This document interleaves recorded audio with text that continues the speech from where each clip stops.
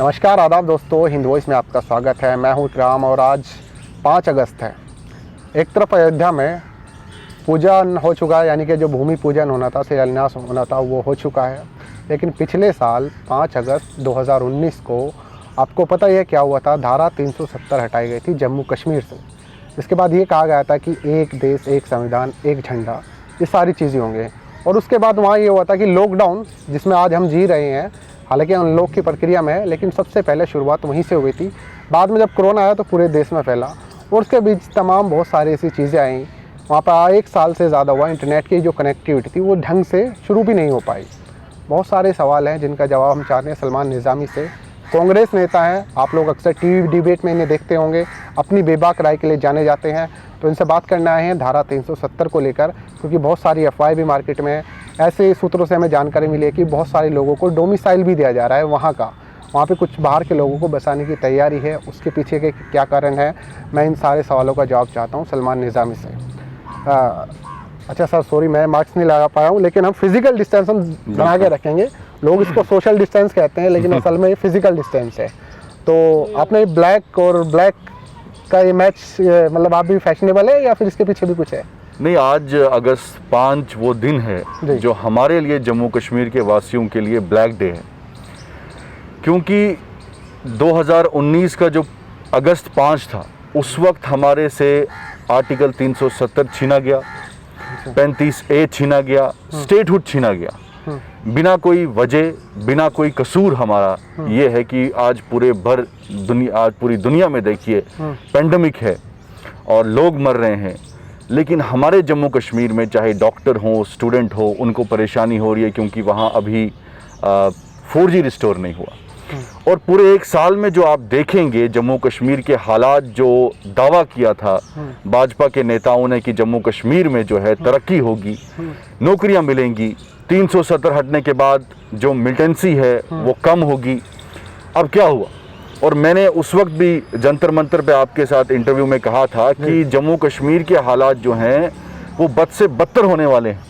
अच्छा। कुछ चेंज नहीं होगा, क्योंकि मैंने जर्नलिज्म किया है, रिपोर्टिंग जम्मू कश्मीर में की है, पैदाइश मेरी वहाँ की है, और हमने बहुत करीबी से मिलिटेंसी को भी देखा है और सरकारों को भी देखा है। लेकिन मैंने अपनी लाइफ में ऐसी दहशत, ऐसी इनसिक्योरिटी कभी नहीं देखी जो इन 1 साल में मुझे दिखी, या उससे पहले जो भाजपा का शासन रहा PDP के साथ।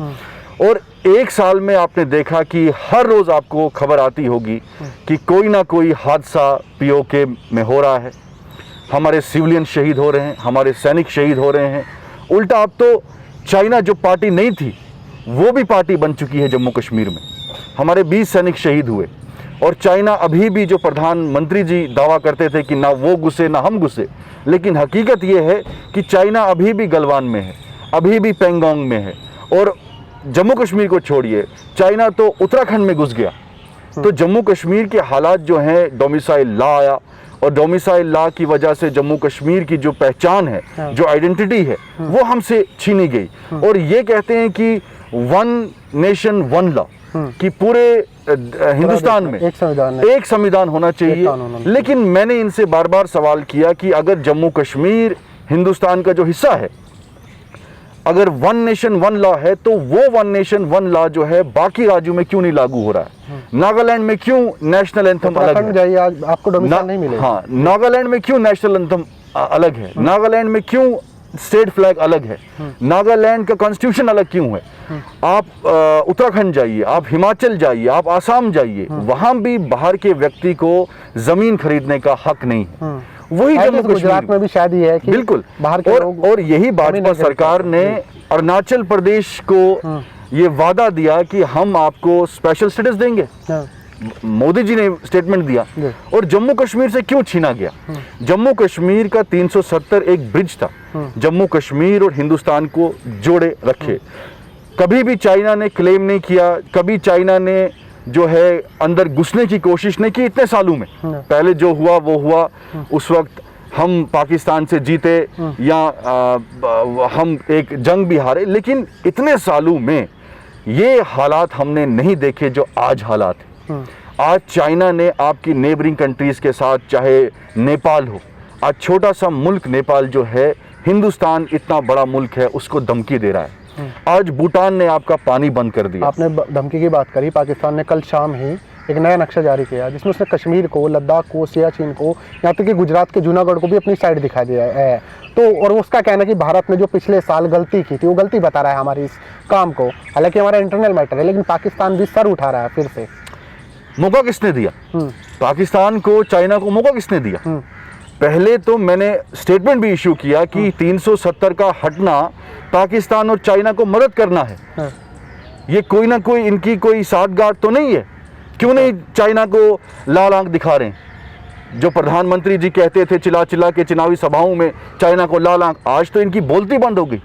आज तो यहाँ से इनका दम नहीं है इनमें कि ये गलवान वैली में जाएं। अच्छा, सब आज दम नहीं है कि ये कश्मीर जाएं। ये सब तो हो ही रहा है, लेकिन मैं बात ये भी करना चाहता हूँ, युवा है, आप भी युवा हैं, वहाँ पे 50,000 नौकरी का इंस्टेंट वादा किया था कि देंगे नौकरी, उसका क्या हुआ? वहाँ के टीचर अपनी सैलरी के लिए दर बदर भटक रहे हैं, जंतर मंतर आते हैं या दिल्ली तक आते हैं, उनको सैलरी तक नहीं मिल रही। अब एक खबर आई थी पीछे से ही सुनने को मिला, पता नहीं इस बात में कितनी सच्चाई है, आर माधव ये कह रहे थे जो यूनियन टेरिटरी बनाया था उसको हटाएंगे, वापस स्टेट गवर्नमेंट का वहाँ पे रूल लागू करेंगे।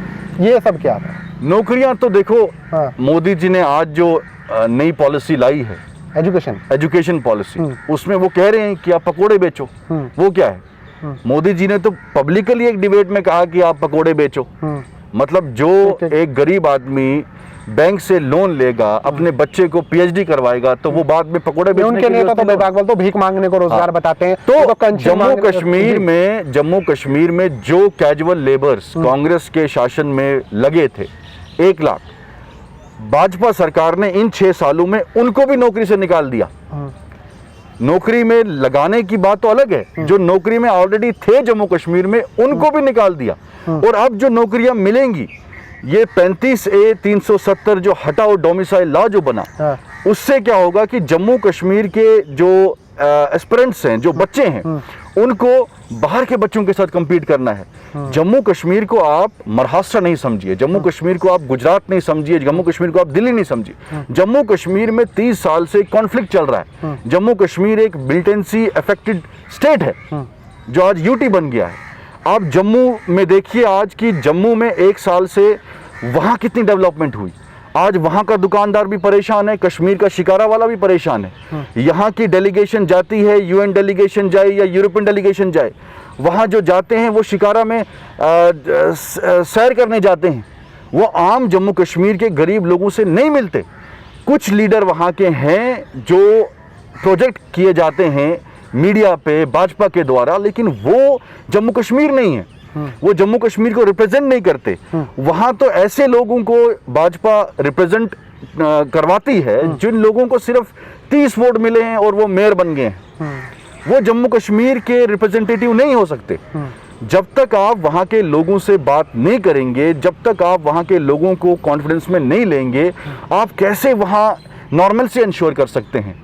ये तो होगा ही ना। आपने एक शख्स को पिंजरे में बंद कर दिया है और ये कहते हैं कि तुम्हें हमारे साथ जुड़ना है, लेकिन आप उसको ये नहीं पूछ रहे कि जो हमने फैसला लिया क्या तुम इसको एक्सेप्ट करते हो या नहीं करते हो। ये तो जबरदस्ती हो गई ना कि तुम 1 साल हो ये तो हिटलर का दौर होता है। 1 साल हो गया, हालात तो कुछ सुधरे नहीं है। जितनी पहले टेररिज्म की एक्टिविटी थी उससे कहीं ज़्यादा अभी सुनने को हमें मिलती हैं। आए दिन खबरें रहते हैं कि हमारे जवान शहीद हो गए हैं। ये अब इसका सॉल्यूशन क्या है? सरकार इस पर सीरियस क्यों नहीं है? ऊपर इस 5 अगस्त को ढकने के लिए ये पूजा जो शिलान्यास रखा गया, शायद इसलिए रखा गया, आपके हिसाब से क्या है? देखिए, हमने सुप्रीम कोर्ट के वर्डिक्ट को एक्सेप्ट किया।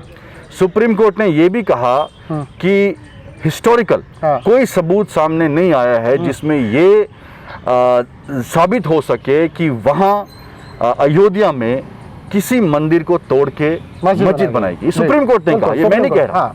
दैट मीन्स कि वहाँ से हिंदुस्तान के मुसलमानों को क्लीन चिट मिल गई कि भाई आपने कोई मंदिर नहीं तोड़ा, और यहाँ जो मंदिर बना है ये एक पॉलिटिकल एस्पिरेशन को देख के बना है, सेंटिमेंट को देख के बना है। ये सुप्रीम कोर्ट ने बोला। और आपने किसी भी मुसलमान को सड़कों पे उतरते हुए नहीं देखा कि वो हिंदुओं के खिलाफ बोले।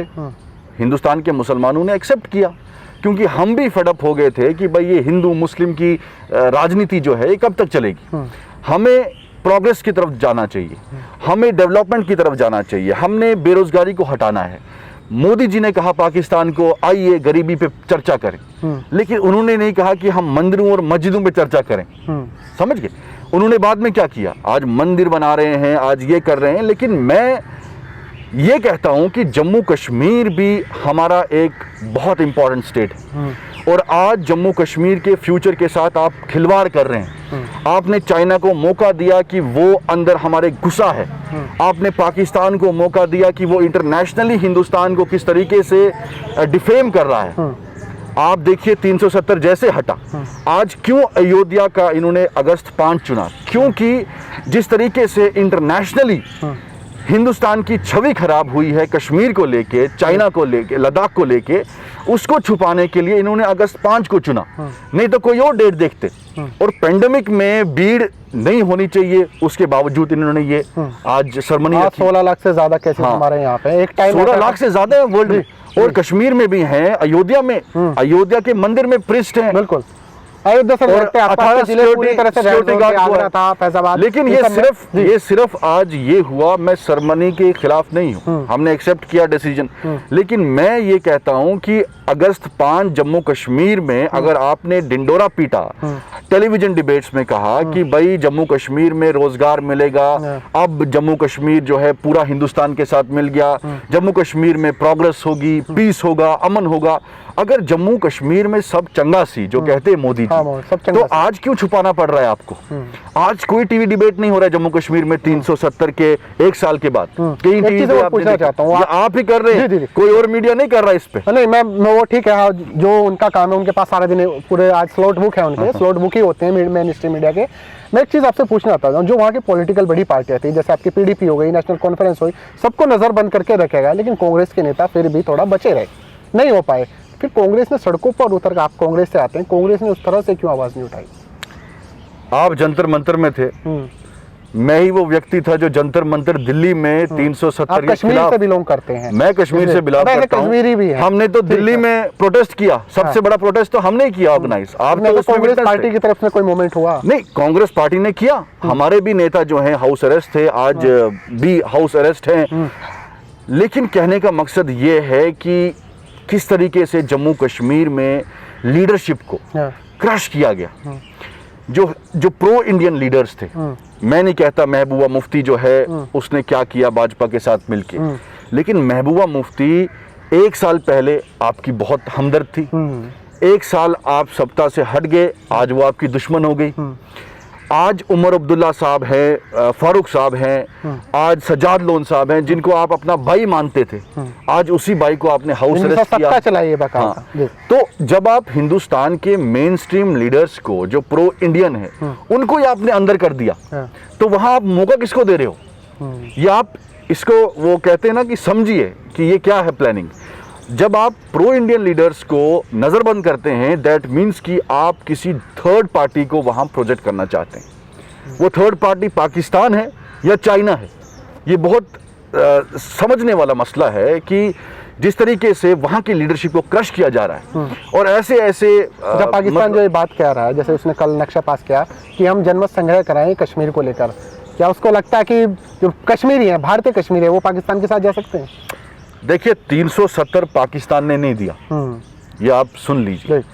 370 हिंदुस्तान की सरकार ने दिया जम्मू कश्मीर की आवाम को। उस वक्त जम्मू कश्मीर की आवाम को एक मौका दिया गया था कि आप चाहे हिंदुस्तान के साथ जुड़िए या पाकिस्तान जाइए। ये पाकिस्तान का डिसीजन नहीं है। 35A स्टेटहुड हमारा किसने छीना?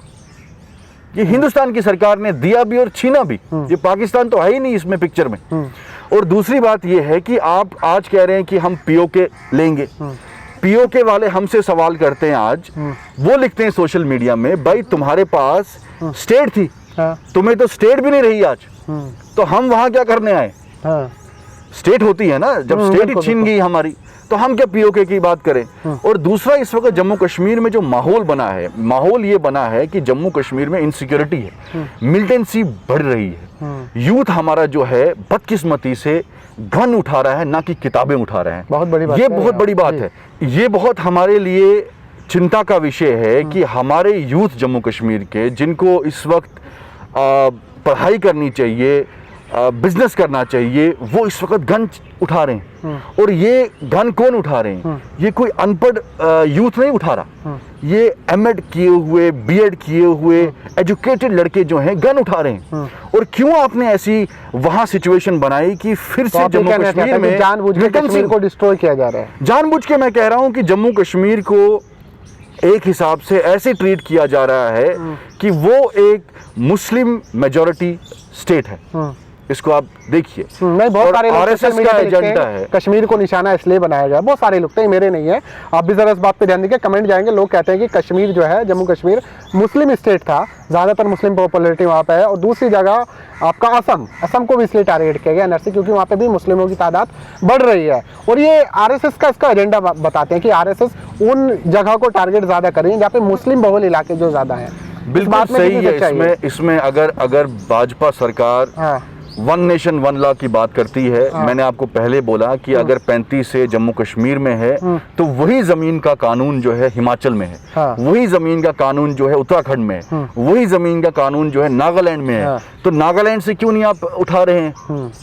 हिमाचल से क्यों नहीं उठा रहे हैं? उत्तराखंड से क्यों नहीं उठा रहे हैं? जम्मू कश्मीर से क्यों आपको प्रॉब्लम है? जम्मू कश्मीर को ही आप क्यों क्रश करना चाहते हैं? दैट मीन्स कि आप जानबूझ के चाहते हैं जम्मू कश्मीर में कि वहां के बच्चे जो है बंदूक उठाएं, वहां के बच्चों का कत्लेआम हो, वहां के बच्चे जो हैं मारे जाएं। ये मैं आपको बताऊं, अगर जंग भी होती है चाइना के साथ, नुकसान जो है किसी हिमाचल वाले का नहीं होगा, महाराष्ट्र वाले का नहीं होगा, नुकसान हमारे लद्दाखी भाई का होगा, हमारे कश्मीरी भाई का होगा, हमारे जम्मू के भाई का होगा। अगर आप पीओके देखें तो उसमें पीओके में जो गोलाबारी होती है वो जम्मू में भी होती है, वो कश्मीर में भी होती है। यहाँ पीए जो चाइना है, चाइना जो है अगर वहाँ कोई अटैक करता है तो वहाँ लद्दाख के लोग सफ़र करेंगे, वहाँ हिंदुस्तान के सैनिक शहीद होंगे। और भाजपा मुझे लगता है सीरियस नहीं है, ये एक्सपोज हो चुके हैं कि एक साल में उनका क्या जो है, जो टॉल क्लेम्स थे वो आज सामने है लोगों के। एक आखिरी सवाल आपसे, आप कैसे मानते, कैसे हालात बेहतर हो सकते हैं? क्योंकि लोग जानना भी चाहते हैं कि इन सब चीज़ों से बाहर कैसे आ जा सकता है, कश्मीर को वापस उसी प्लेटफॉर्म पे कैसे ला सकता है जिसको और वो तरक्की की राह पे जा रहा था।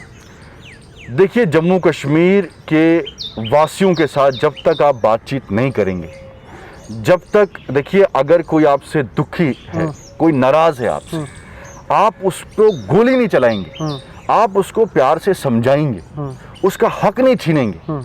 जम्मू कश्मीर को अगर ये अपना मानते हैं तो आपको प्यार से उन लोगों को ट्रीट करना चाहिए। ये बयान नहीं देने चाहिए कि कश्मीर में आर्टिकल 370 हट गया, अब हम कश्मीर की लड़कियों के साथ शादी करेंगे। हाँ नहीं, ये बहुत बेतुका का बयान है। तो मनोहर लाल खट्टर जो सीएम है हरियाणा के, वो उन तक ऐसे बयान आए, बहुत सारे लोग ये कमेंट जरूर करेंगे। अभी तक जो हमने इंडियन आर्मी पे बात नहीं की, जो अभी तक दावे किए जा रहे थे कि जम्मू कश्मीर में 370 हट गया, अब भाजपा के नेता हो, हिंदुस्तान की आवाम जो है कश्मीर में बड़े बड़े महल बनाएंगे, एक साल में दिखाइए मुझे एक भी इंच किसी ने जमीन। बहुत सारे लोग प्लॉट लेने की बात है वैसे। जी।